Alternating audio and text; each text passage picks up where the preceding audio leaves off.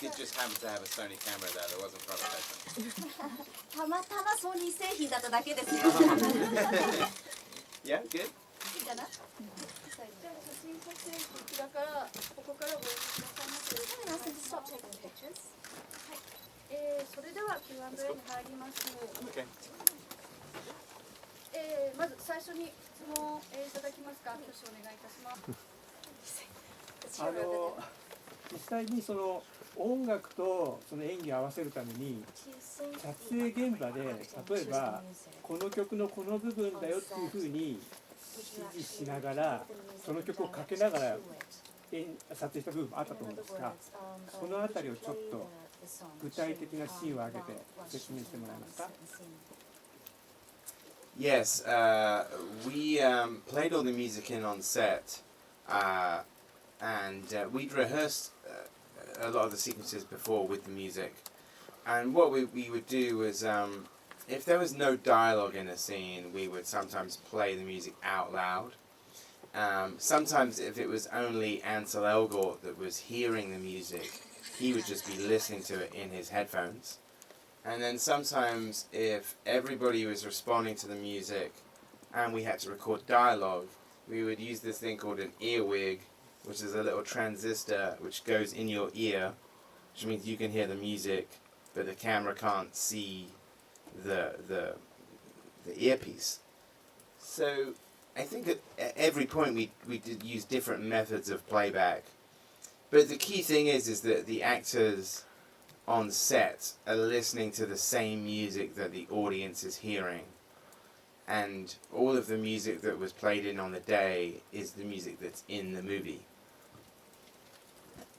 はい、音楽を必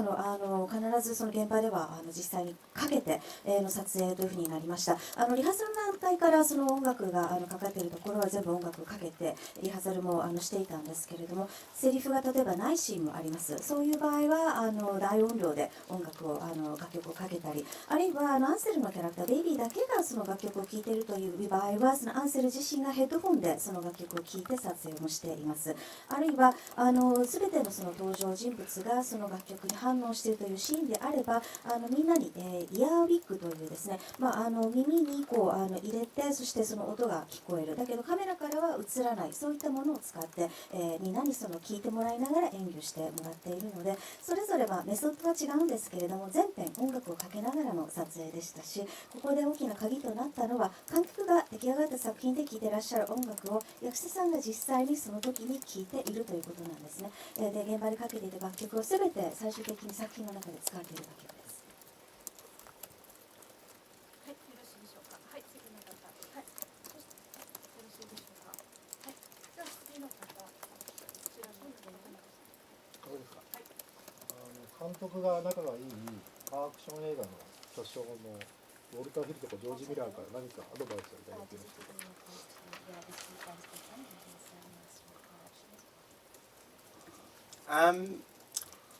I've got to know Walter quite well in the last maybe 6 years, 7 years, but I don't think he gave me too much advice. Funny enough, even though we become friendly, I felt kind of like nervous about asking him about Baby Driver. I told him what I was doing and that it was a tribute to his movie in a way. But I didn't really ask him too much advice. I think I was too nervous. He has seen the movie, and in fact, he appears in the movie. His voice, I don't want to give away, like for people who haven't seen it, but his voice appears in the last 5 minutes of the movie. So that was, I was very happy that he did that, because it's my way of spiritually saying thank you to him for the inspiration.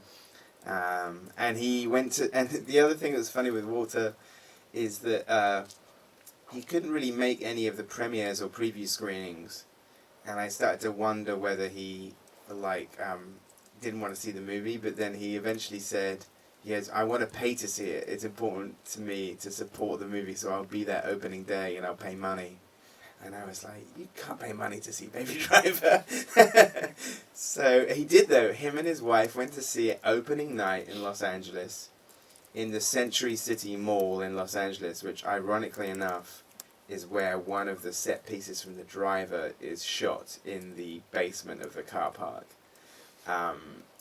So that was kind of crazy. But then he called me on the night that it opened and told me he loved it, and it was very sweet. But now I owe him at least one dinner, maybe like 10, because he paid to see my movie, which is inspired by his movie. ウォルター・ヒル監督、6、7年ほど知ってお知り合いになってから6、7年ぐらい経っていて、だんだん親しくさせていただいている中で、正直ね、ベビードライブのアイディアを話すのもちょっと緊張したぐらいだったんです。あなたの作品のへのトリビュートなんですというのもちょっと言うのが緊張してしまって、でアドバイスということに関してももらわなかったような気がします。こちらから何かアドバイスをっていうのさえちょっとナーバスになってしまって、でただですね、ご覧になった方はご存知だと思うんですけれども、映画の最後の5分で、実は、声だけなんですが出演していただいているんですね。ですごく僕自身それが嬉しかったのはスピリチュアルな面で監督に、ありがとうの気持ちをそれで表現できたかなというところがあるからです。そしてですね、ちょっと面白いエピソードがありまして、で作品の試写であったり、それからプレミアであったり、お誘いはしていたんですけれども、なかなかウォルター・ヒル監督が足を運ぶことができずですね、もしかしたらベビードライバー見たくないのかななんて心配をし始めていたところ、いやお金を払いたいんだと、お金を払ってこの映画を見たい、そうやってサポートすることが僕にとって重要だからっていうふうにおっしゃったんですね。なので初日に見に行くよというふうに言われました。でベビードライバーにお金払うなんてって僕の方は思ったんですけれども、奥様とですね、初日に、センチュリーシティモールで、ご覧になっていただきました。実際にチケットも自腹で買っていただいて、で皮肉にもですね、この作品のインスピレーションとなった作品の一つ、監督の、ザ・ドライバー、はまさにセンチュリーシティモールの地下駐車場で一シーン撮影されているんですよね。そのところにも不思議な縁を感じました。しかしですね、ヒル監督にお金を払って映画を見ていただいたわけなので、ディナーを1回、10回、そのくらいはお返ししなければなと今思っているところです。ギレルモ監督も劇場でご覧になって、その後13ツイッターしていただいていたのは私たちもびっくりしたんですけど、それに関しては何かお話になったりしましたか？ Oh yeah, he watched it in London, and you probably saw his series of tweets that he wrote about it. But he called me before he tweeted about it, and is very. I mean, I've been very flattered and moved by the response from other directors. It's amazing. William Friedkin as well, who directed one of the best car chases of all time, two of the best car chases of all time. He was also extremely sort of complimentary about the movie, which is amazing. ロンドンでね、ギレルモ監督は見ていただいたんですよね。でツイートは今おっしゃったように多分多くの方が目にされたとは思うんですが、ツイートする前にご本人から連絡はいただいていまして、ですごくたくさん褒めていただいていただきました。でそうやって他の監督の方にそういう言葉を寄せていただくのってとても嬉しくて、中にはフリードキン、史上最高のカーチェイスを2つも取ったフリードキン監督もとても素敵な、ね、言葉をこの作品に対してかけてくださって嬉しいです。そしてごめんなさい、さっきちょっと落ちちゃったんですけれど、ウォルター・ヒル監督も見た初日の後すぐに電話をくださって最高だったよとおっしゃっていました。今おっしゃった史上最高のカーチェイス映画、フリードキン監督が撮った映画はThe French Connection and To Live and Die in LA. フレンチコネクションと、それから狼たちの街、午後街だと思います。LA 大捜査線狼たちの街だと思います。はい、ありがとうございます。引き続き質問、はい、ショー・オム・ザ・デッドのジュークボックスから流れるクイーンの Don't Stop Me Now に合わせてゾンビと戦うシーンが好きでした。ベイビードライバーではカーアクションと音楽が見事にマッチしていますが、そのアプローチのアイデアはどのように生まれたのでしょうか。またそれに対するこだわりなどもあれば教えていただきたいです。ちょっとかぶっちゃって聞こえなかったんですけど、そのこだわりの前にベビードライバーでは、カーアクションと音楽が見事にマッチしていますが、そのアプローチのアイデアはどのように生まれたのでしょうか。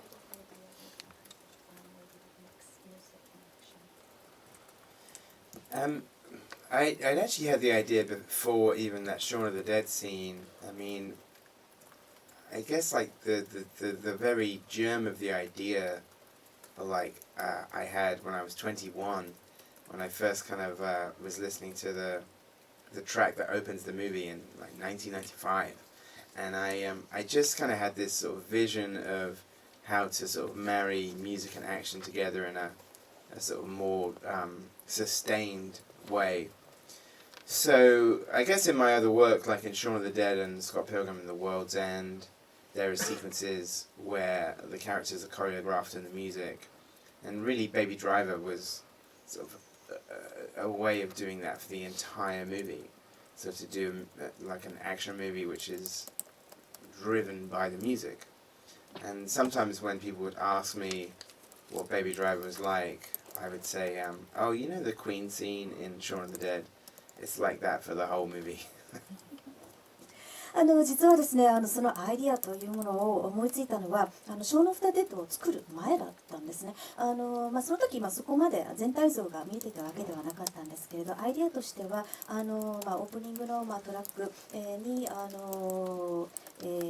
95年にその初めて耳にした21歳の時からもうひらめいては実はいて、でその音楽とそれからアクションというものを融合させるということをビジョンとして一つ持っていました。それも短い期間ではなくてその一つの映画、つまり長いスパンでそれができないかということをその時からもうずっと温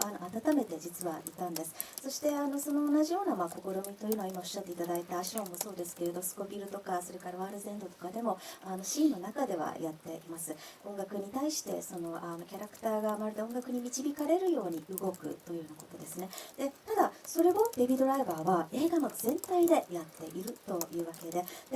一つのアクション映画が、全てが全編が音楽によって、突き動かされているという作品になったというふうに思っています。今笑ってらっしゃいましたけど、人にベビードライバーってどんな映画なんですかって聞かれた時にまさにさっきおっしゃったショーン・オフ・ザ・デッドのクイーンのシーン覚えてるよね、あれが全編あんな感じというようなことをよく答えています。